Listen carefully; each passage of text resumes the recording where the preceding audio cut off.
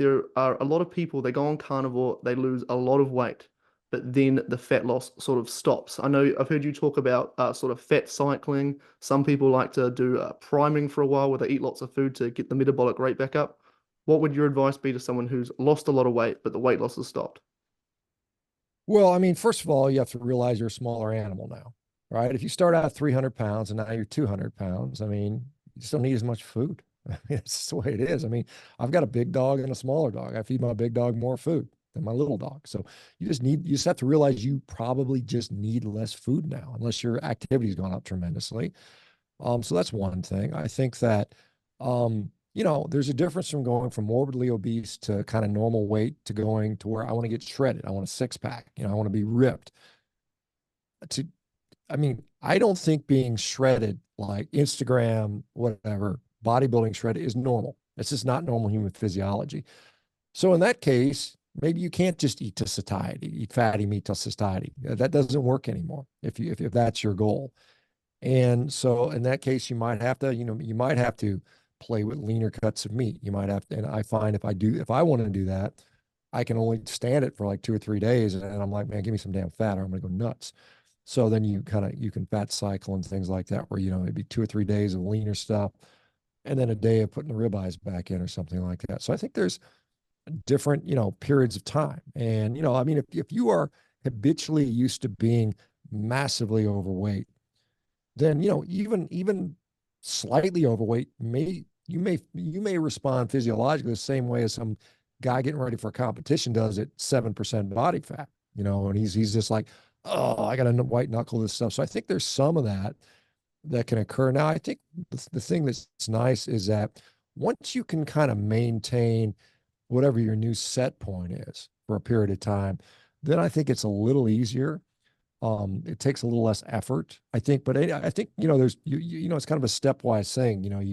You kind of, you do what it takes to get down to here. And it's relatively easy to maintain that, but to get to the next step, you got to do something. You got to push a little harder. And, there's other levers to pull besides, once you're like zero carb, there's no more carbs to cut out. I mean, yeah, you can play with the fat and protein ratios a little bit. You can play with the amount of food you eat, but there's other levers too. I mean, there's exercise. My God, if you're not out there strength training, that's a problem. Now, again, everybody can't start out that way, but eventually, um, we should all be getting stronger, or at least maintaining our muscle mass, particularly if we're older. But honestly, you can get stronger even in your 90s, so there's no excuse not to. Sleep, sleep we mentioned already. I mean, getting good sleep, not being sedentary. A lot of people, and that's the biggest thing. I'm standing right now. I mean, and as you notice, I've just been kind of like doing this, and my hands are flopping around. I'm just more animated. I'm just literally, you're just sitting there like a lump, man, because you can't move around when you're sitting, right? So you're literally just not expending as much. So I mean, I can't control so much how much body heat I generate. The calories out of the equation is largely beyond my control. But this thing called NEAT, non-exercise activity thermogenesis, which I'm doing right now more than you are because I'm standing up. This Hmm. is a simple shift you can make. Just stand instead of sit. If I'm sitting, could I be standing? If I'm standing, could I be walking? Um, you know, there's these other levers you can do. I mean, I get it that there's a lot of problems with nutritional research. I think we've missed the mark on a lot of things. Meat is bad for. I think that's nonsense. But I think some of this stuff holds up. You know, um, I know there's people out there that tell me, oh, you shouldn't be exercising. It's bad for you.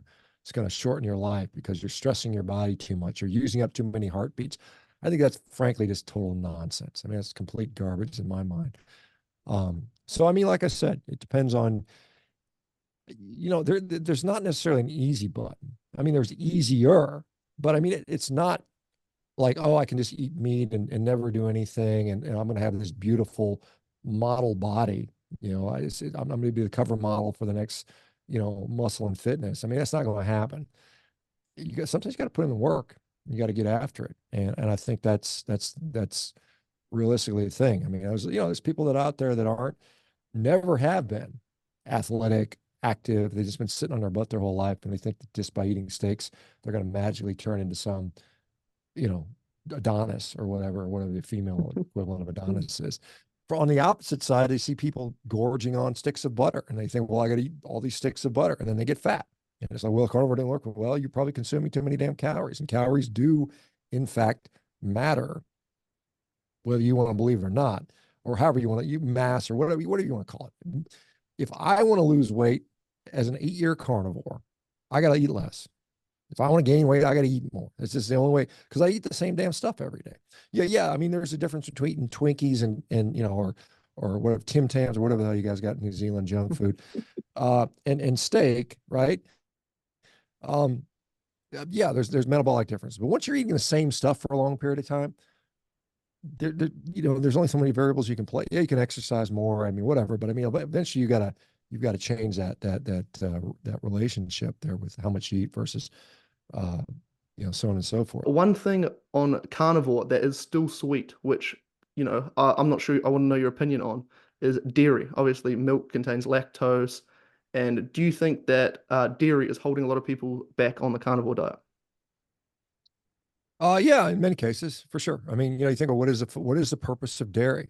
I mean, dairy is to make things grow. I mean, grow animals, grow humans, grow baby humans. Grow, I mean, we consume dairy as mammals, and it's uniquely designed so that we consume a lot of it. So it's very easy to overconsume dairy. I mean, if you're particularly disciplined and you can get away with not like gorging on cheese or, I mean, liquid dairy in particular, it's so I tell people, again, depends on your goal. If you're trying to lose weight, which most people are, then drinking calories is a bad idea. So that's one thing. Dairy for some people, there's obviously a lot of lactose intolerant people in the world. There's people that are sensitive to certain dairy proteins, the caseins and things like that. That can be a problem. Some people will have issues with, like diabetics in particular.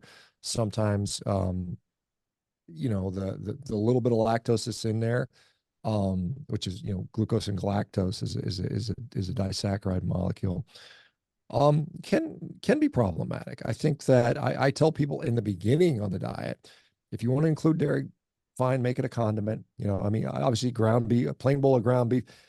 If I told everybody, hey, for the rest of your life, you're going to eat plain ground beef, I wouldn't do that diet. I mean, there's no way I would. I mean, if I can put a little bit of spice, a little bit of cheese on there, hey, it's more palatable. I can do that, at least as a transition time. And then I can decide if I want to keep it or not.